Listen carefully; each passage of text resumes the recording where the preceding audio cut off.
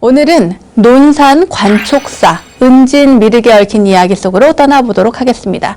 관촉사는 대한불교조계종 제6교구 본사인 마곡사의 말사이고요.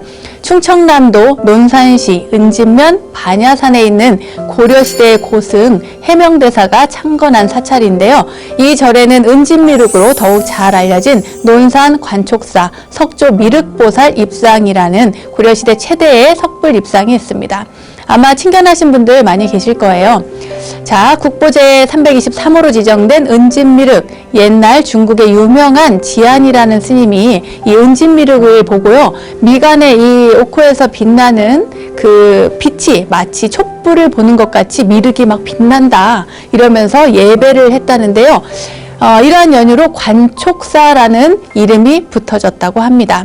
자, 이 관촉사 은진미륵에는 어떤 이야기가 숨겨져 있을지 지금부터 제가 여러분들을 위해서 속속들이 이야기를 해드리도록 하겠습니다. 고려 제4대 광종 19년입니다. 968년이에요. 굉장히 오래전이죠. 충청남도 논산군 은진면 반야산 기슭에 그 사지촌이라는 곳이 있었는데 여기에 사는 두 여인이 하루는 고사리를 꺾으러 산에 갔어요. 고사리를 꺾으러 갔는데 어딘가에서 아기 울음소리가 자꾸 들리는 겁니다. 왜 내 울음소리가 이렇게 들려? 고사리 꺾다가. 그래서 아기 울음소리가 나는 곳으로 한번 가보자 이래가지고 둘이 갑니다. 갔더니 아기는 없고 아기 소리는 아니고 갑자기 막 땅이 막 울리면서 거기서 막 큰 바위가 솟아오르는 거예요. 그러니까 멀리서 들었을 때는 이 지각 변동에 의해서 땅이 이렇게 바위가 솟구쳤을 텐데 그 소리가 마치 아기 소리로 들린 것 같습니다. 어쨌거나 아기 소리를 듣고 간 그곳에 큰 바위가 솟아오르는 풍경을 눈으로 목격한 거예요. 그래서 이 신비한 일을 그냥 우리만 알 수 없다. 이래서 관가에 가서 알립니다. 이러이러한 일이 있었어요 하고 이제 관가에 가서 알리니까 관가에서도 어머 그런 신기한 일이 이러면서 가보죠. 그리고 나서 뭐 소문 일파만파가 돼서 임금님 귀에까지 들어가게 됩니다. 그래서 그 이야기를 듣고 신하들이 임금님에게 불상을 조성하자고 이야기를 합니다. 불상을 조성하자고. 그 바위로 불상을 조성해야 된다. 왜냐? 그렇게 신비하게 땅에서 솟아올랐으니까 그냥 두면 안 되고 거기에 불상을 조성하자고 해요. 그래서 임금님이 왕이 금강산에 있는 해명대사를 모셔옵니다. 모셔와라. 이래서 그 해명대사를 모셔다가 불상을 조성하도록 이야기를 하죠. 그런데 이 해명대사가 가서 보니까 진짜 어마어마하게 큰 바위가 있는 거예요. 그래서 그러면 이 큰 바위에다가 그 대형 미륵 부처님을 조성을 해야겠다. 그래서 여기에 기도를 하고 미래의 부처님을 모셔서 우리 민족이 오랫동안 편안하기를, 그리고 민족의 기로처가 되기를 그렇게 바라면서 여기에다가 불상을 조성을 해야겠다. 이렇게 생각을 합니다. 그래서 이 솟은 바위, 그러니까 맨 처음에 아기 소리를 듣고 갔을 때 봤던 첫 번째 그 솟은 바위 있잖아요. 그 바위에다가 부처님, 미륵 부처님의 하반신을 조성을 하죠. 하반신을 조성을 합니다. 그런 다음에 그 인근에 논산 옆에 연산이라는 곳이 있어요. 그곳에서 아주 큰 돌을 옮겨와서 상반신을 조성을 합니다. 여기서 재밌는 이야기가요. 미륵 부처님, 그러니까 관촉사 부처님을 보신 분들은 알겠지만 재밌는 게 하반신을 조성을 하기는 했대. 부처님의 발이 없습니다. 가서 보시면 알겠지만. 이게요, 저도 들은 얘기인데 이 불상을 연구하시는 분에게 예전에 들은 적이 있습니다. 뭐냐면 이 땅에서 솟구친 그 돌을 그대로 유지를 하면서 무엇을 얘기하냐면 미륵 부처님이니까 미래의 부처님이 지금 현재 이 땅에 오고 계시다. ing 오고 있는 중을 얘기하기 위해서 이 밑에 발은 지금 현재 땅속에 있는 거예요. 아직 오고 계시는 중이라는 것을 상징적으로 나타내기 위해서 그렇게 했다는 이야기를 하더군요. 재밌죠, 여러분? 저도 재밌게 봤습니다. 재밌게 또 듣기도 했고. 어쨌거나 이렇게 해서 하반신에 발이 없는 하반신 미륵 부처님을 조성을 하고 그 다음에 상반신 큰 돌 두 덩이를 옮겨와서 그 가슴 부위를 만들고 그 다음에 불뚝 머리를 만들고 이렇게 갖가지 씌워져 있잖아요. 문제는 너무 크게 만들다 보니까 이 상반신의 이 불상을 어떻게 이 하반신 위에 올려놓을지 너무 고민이 되는 거예요. 옮겨놓을 재간이 없습니다. 지금처럼 뭐 기계가 있는 것도 아니고 고려시대니까요. 900년대에 이걸 어떻게 옮겼을까 싶은데 고민을 하다가 냇가에서 이 해명대사가 잠깐 쉬고 있었습니다. 그런데 아이들이 그 모래사장에서 놀고 있는 거예요. 노는데 뭘 하면서 노냐면 불상을 세우는 놀이를 합니다. 모래를 막 쌓아가지고 불상을 세우는 그런 놀이를 하는 거예요. 가만히 들여다보니까 평지에다가 불상을 세우고 그 주위를 모래로 이렇게 경사지게 모래를 가득 채웁니다. 그런 다음에 밑에서 그 가슴 부분, 그러니까 상반신을 굴려가지고 그 모래 위에 올린 다음에 다시 굴려서 그 하반신 위에 그 상반신을 앉히는, 아, 신기하다, 바로 저거다, 이렇게 생각을 하고 얼른 쫓아갑니다. 딱 알아냈으니까요. 그래서 가서 작업을 지시하죠. 어떻게 하라? 모래를 먼저 쌓아라. 모래를 경사지게 쌓아서 그 다음에 올리면 된다.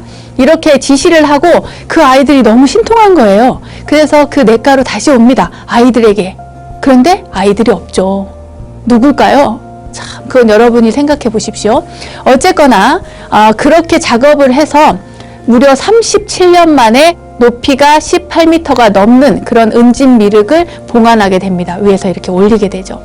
그 이후에 은진미륵이 봉안된 이후에 북쪽에서 외세의 침입이 있었습니다. 그때 압록강에서 웬 가사를 입고 삿갓을 쓴 한 스님이 나타나서 외세를 강 쪽으로 막 유인을 하는 거예요. 그래가지고 사람들이 막 쫓아가다가 그 스님을 믿고 쫓아가다가 강에 빠져서 많이 죽습니다. 압록강에 빠져서. 그때 외적의 장수가 저 스님을 죽여야겠구나 싶어가지고 칼로 그 스님을 착 bes는데 몸은 하나도 다치지 않고 이 삿갓 한쪽 끝이 살짝 스쳐갔다고 합니다. 이러한 이야기가 전해져 내려오는데 사람들이 혹시 이 은진미륵이 나타나서 나라를 구한 게 아니야? 이런 막 소문이 막 파다하게 나죠. 그래서 그런지요, 지금도 관촉사 은진미륵을 보면 3.94m의 큰 한 귀퉁이가 떨어져서 꿰맨 자국을 볼 수가 있습니다. 그 정도로 영험한 부처님이 바로 관촉사 은진미륵 보살입니다.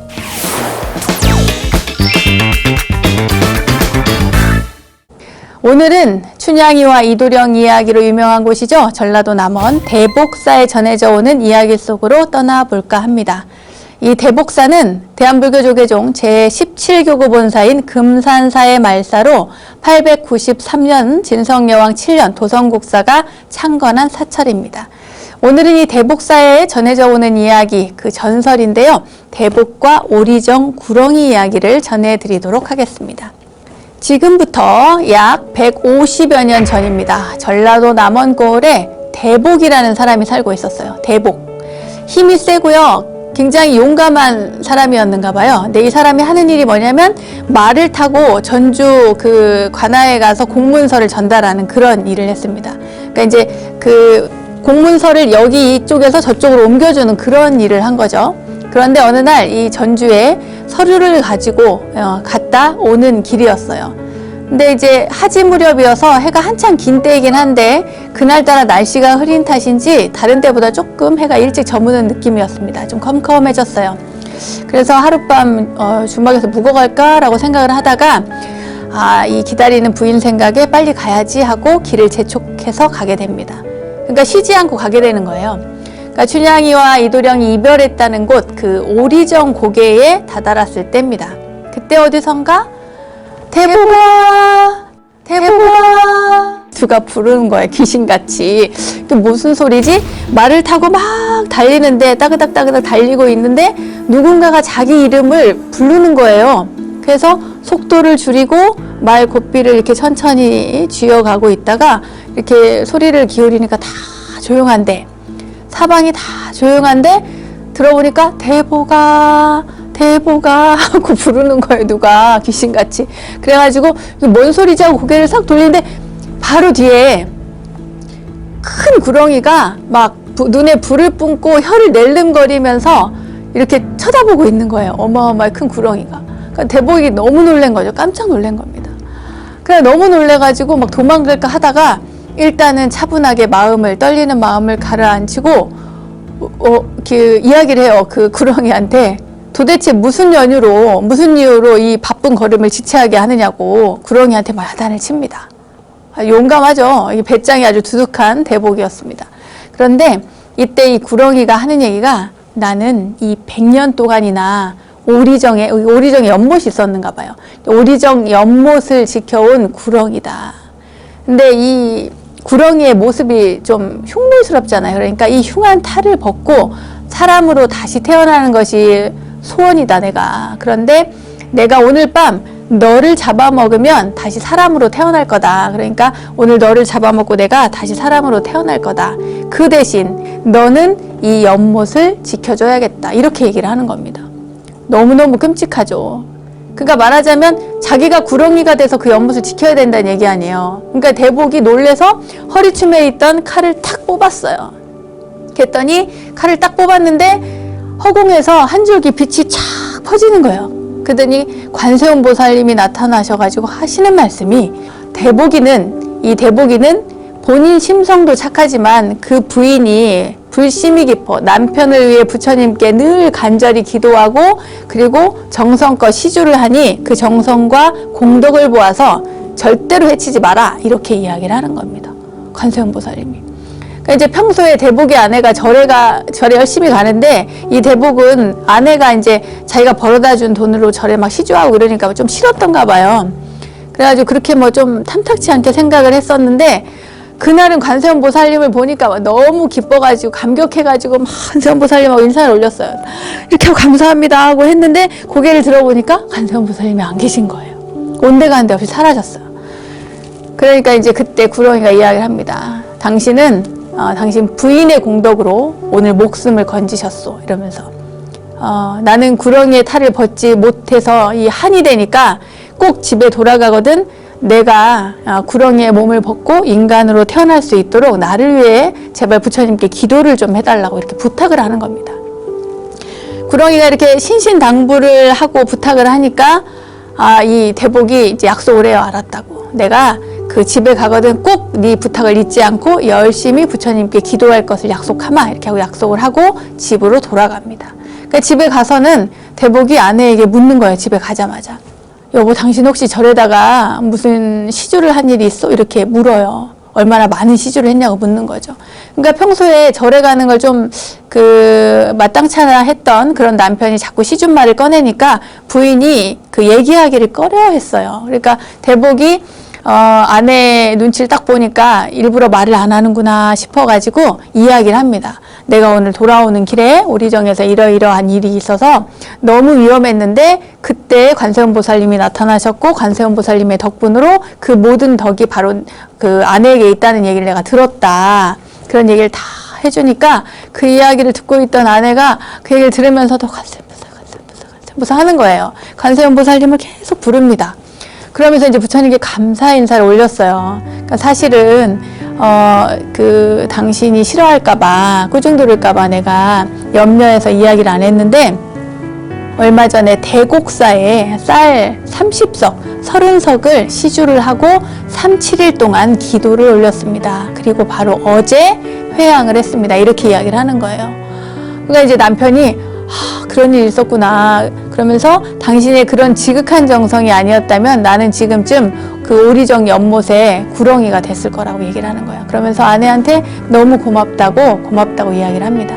그날부터 이제 대복은 아주 그냥 성실하고 신심 있고 착실한 불제자가 되죠. 그리고 아내에게 부처님 가피가 아니었으면 내가 어찌 이렇게 살아있을 수가 있겠느냐 그러면서 그 은혜를 갚고 싶다고 합니다. 나도 당신처럼 불사를 하고 싶다. 어디에? 대곡사에. 그래서 이제 이야기를 하니까 아내가 그러면 대곡사의 법당이 굉장히 낡았는데 우리 재산을 바쳐서라도 법당을 중창하는 게 어떠냐고 이렇게 제안을 합니다. 그래서 이제 대복이 좋다고 그래가지고 이 대복이 내외는 그날로 해서 대곡사의 법당 중창불사를 시작해요. 그리고는 이제 법당을 잘 짓습니다. 그리고 낙성식을 하는 날 그날 그 신도님들하고 많은 사람들이 모인 자리에서 자신이 왜 이 법당을 짓게 되었는지 그 사연을 아주 구체적으로 이야기를 해요. 그러니까 이제 사람들은 그 부처님 가피에 막 이제 감탄을 하고 그랬구나 하면서 고개를 막 끄덕이죠. 그때 그 맨 앞줄에 앉아있던 사람이 있었어요. 누구냐면 바로 남원 부사입니다. 그때 당시에 부사. 남원 부사가 듣고 보니까 부처님의 가피가 진실로 정말 하회와 같이 놀랍고 크군요 하면서 그 불신 또한 가상한데 이러한 그 대복의 불심과 사연을 이 후세 사람들에게 알려야 되지 않겠냐. 그러니까 절 이름이 대곡사인데 이 절 이름을 그 사람 이름을 써서 대복사로 바꿔 부르는 게 어떻겠냐 이렇게 제안을 또 합니다. 그러니까 주지스님 들어보니까 너무 그럴듯하거든요. 그리고 또 이름도 너무 좋고 그리고 또 사연도 좋고 또 지은 그 시주자의 이름이기도 하니까 주지스님도 너무 좋은 생각이라고 이야기하면서 이 대복이란 이름도 또 크게 복이 깃든다고 하는 뜻이니 너무 훌륭한 이름이라고 하죠. 그러면서 이제 부사한테 오히려 부탁을 합니다. 이 대복사라고 하는 것을 현판을 써달라고 부탁을 하죠. 그렇게 해서 그 부사가 그 자리에서 현판을 대복사라고 하는 그 글을 써줍니다. 그래가지고 이 대복사가 탄생을 했다고 해요.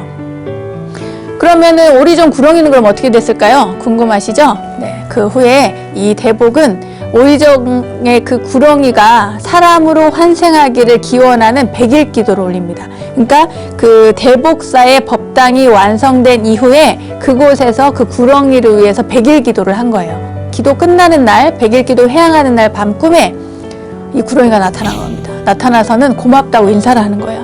당신 때문에 내가 이제 사람으로 태어났다고 하면서 당신이 더욱 선업을 쌓고 정진하고 나중에 죽은 다음에도 극락왕생하기를 내가 기원하겠다고 고맙다고 하면서 꿈에 그렇게 나타난 거예요.